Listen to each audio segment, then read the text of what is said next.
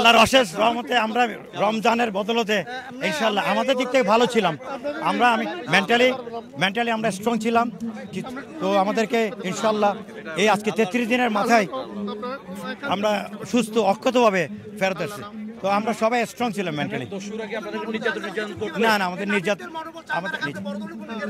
ইনশাআল্লাহ হ্যাঁ এটাই উপর আল্লাহর মনোবল যে চাঙ্গা, তারা দুবাই থেকে এই সেম জাহাজটি একই টিম নিয়ে একসাথে আবার বাংলাদেশে এসছে, এটাই প্রমাণ করে বাঙালির মন কত সাহসী শক্তিশালী এবং বাঙালি জয় করে চলে এসছে।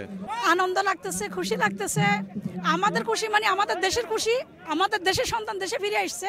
আমার সন্তান আমাদের দেশের সন্তান, ও আজকে সব মায়ের সন্তান ফিরে আসছে।